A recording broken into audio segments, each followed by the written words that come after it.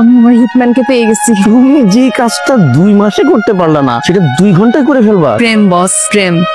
ওনাকে কোথায় যেন দেখেছি। রাইট, সেটা আমি কি করে বলবো স্যার। হিটম্যান, তুমি ধরা পড়ে গেছো। নাম পাল্টিয়ে অ্যাক্টিং করে আর কত ধোঁকা দিবে বলো? তুমি একটি জোকার, তুমি একটি ক্লাউন, তোমার চাকরিতে ঘুরে বালি। আমি এসবের কিছুই জানি না। আউট। এটা হিটম্যান। একটা অর্ডার অফ স্যার, হিটম্যান আসছে। হিটম্যান আপনার সঙ্গে দেখা করতে চায়। মাথা খারাপ হয়ে গেছে তোমার? কার্টুন চরিত্র, মানুষ হয় কি? সেটাই, আমি তো একজন মানুষ। আমাকে কার্টুন বানাইছে কে? কমিক বানাইছে কে? আমি হিটম্যান হলাম কেমনে? How is it possible? এই টাকলা, তুই কে? এই অফিসের মালিক? আমার এত বড় ক্ষতিটা কে করলো? অনেক ঘুষি মাই আমি নাকের বদনা ফাটাই ফেলবো একদম। এই অফিসের মালিক না, ঘুরতে আসছিলাম, অফিসটা দেখতে আসছিলাম। আপু আসি, হ্যাঁ ভালো থাকবেন। Relax relax. কি ক্ষতি হয়েছে আপনার আমাকে বলেন, খুলে বলেন। ও, আপনি অফিসের মালিক? আমি অফিসের মালিক হতে যাব কেন? এই যে আমাদের স্যার মালিক। কি রে টাকলা, তোর মধ্যে তো ঘাপলা আছে, তুই মিথ্যা কথা বললি কেন? হিটম্যান ক্যারেক্টারটা আমি তৈরি করেছি। আসলে সত্যি কথা বলতে আপনাকে দেখেই তৈরি করেছিলাম। ওই দিন রাস্তায় যখন প্রথম আপনাকে দেখলাম, আপনি অন্যায়ের প্রতিবাদ করছেন, আপনাকে দেখেই আমার ভালো লেগে গিয়েছিল। সঙ্গে সঙ্গে কিছু ছবি ক্লিক করে আমি অফিসে এসেই আপনার ক্যারেক্টারটা ডেভেলপ করেছি। যাই হোক, আমি রিয়েলি সরি, আসলে আপনার পারমিশন নেওয়া উচিত ছিল। আপনি সবার সামনে আমাকে জোকার বানাই ফেলছেন। পোলাপান আমাকে দেখে খোঁচা মারে। আমি চাকরির ইন্টারভিউ দিতে গেছি, আমার চাকরিটা হয়ে যেত। আমাকে বলে কিনা আমি নাকি জোকার, আমি নাকি ক্লাউন। আমার জন্য পোলাপান নষ্ট হইতেছে, আমার চাকরিটা হয় নাই। কত ভালো একটা চাকরি ছিল। আপনারা একটু কথা বলুন না, আমি আসি। এই টাকলা, পালানো ধান্দা তাই না?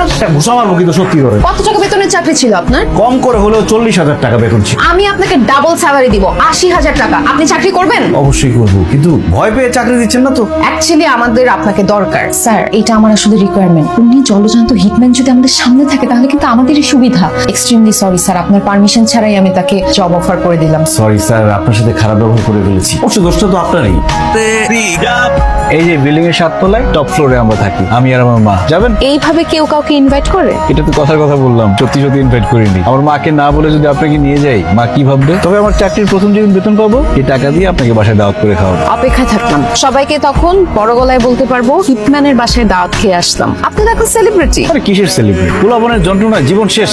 সমস্যা কোথায়? মাস্ক পরে থাকবেন। তাছাড়া এত সহজে মানুষের সামনে ধরা দেওয়া যাবে না, কারণ হিটম্যান হচ্ছে সবার স্বপ্নের ক্যারেক্টার। আপনি যদি নেগেটিভ কোনো কিছু করে ফেলেন, উল্টাপাল্টা কোনো কিছু করেন, তাহলে কিন্তু হিটম্যান ক্যারেক্টারের উপর নেগেটিভ ইম্প্যাক্ট পড়বে। উল্টাপাল্টা কোনো কিছুই করবো না, শুধু মাস্ক কেন, দরকার হলে মাঙ্কি ক্যাপ পরে থাকবো, কিন্তু তারপর আমার চাকরির কিছু হতে দিব না। চাকরিটা আমার বাঁচাতেই হবে। চাকরিটা মনে হয় আপনার জন্য খুব জরুরি। 2 মাস ধরে বাসা ভাড়া দিতে পারি না। আমার মা একটা স্কুলে চাকরি করে, সেই টাকা দিয়ে ঠিক মতো সংসারই চলে না, বাসা ভাড়া দিব কিভাবে?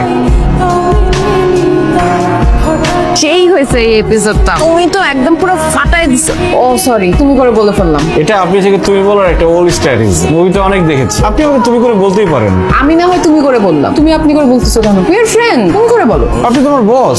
আমি বস না, মিলন স্যার বস। আমি তো তোমার colleague, we can be friends. আজকে বলছেন ফ্রেন্ড, কালকে আবার কি নাকি বলবেন। আচ্ছা, তুমি আমাকে এত অপছন্দ করো কেন বলো তো? আচ্ছা ঠিক আছে, তুমি আমার ফ্রেন্ড, খুশি? আচ্ছা, আমি এরকম কতক্ষণ বান্দরের মতো থাকবো? বাবা, তুমি যদি এটা না পড়ে থাকো, আশেপাশে মানুষ হুমড়ি খেয়ে বলবে। এখন তুমি ফেমাস, তুমি নর্মাল রাকিব না, এটা কিন্তু মেনে নিতে হবে। সেটা ঠিক আছে, কিন্তু নায়িকাটা আমার একদম ভালো লাগে না। এক কাজ করো, তুমি নায়িকা হয়ে যাও। ইম্পসিবল। পসিবল? তুমি নায়িকা হয়ে যাও, খুব ভালো লাগবে। তুমি যদি নায়িকা হও তাহলে আমি হিটম্যান করবো, না হয় করবো না। ভাই আমি উঠলাম। আরে আচ্ছা আচ্ছা, রাগ হচ্ছে কেন? আমাকে মানাবে। 100% মানাবে। ডিল ডান?